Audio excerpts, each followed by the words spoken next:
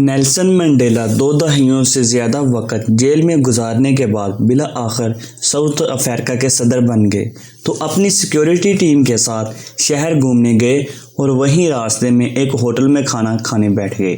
وہاں انہوں نے ایک آدمی کو دیکھا جو اپنا کھانا آنے کا انتظار کر رہا تھا۔ نیلسن منڈیلا نے اپنے سیکیورٹی آفیسر سے کہا اس شخص سے کہیں اپنا کھانا لے کر ہماری میز پر آ جائے اور یہیں بیٹھ کر ہمارے ساتھ کھائے۔ وہ شخص آ گیا۔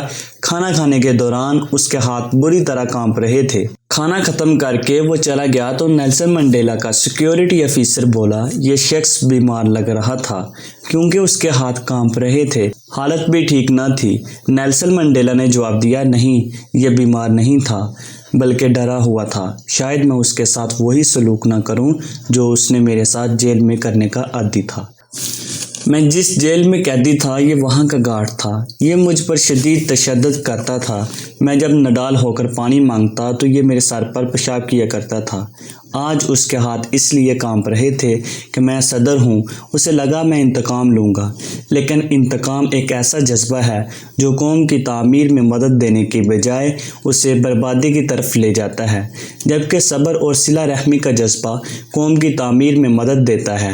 نیلسن منڈیلا نے اپنی بات مکمل کرتے ہوئے ایک تاریخی سچ ان الفاظ میں بیان کیا کہ کمزور شخصیت کے لوگ معاف کرنے میں تاخیر سے کام لیتے ہیں، جبکہ مضبوط کردار کے لوگ معاف کرنے میں دیر نہیں کرتے۔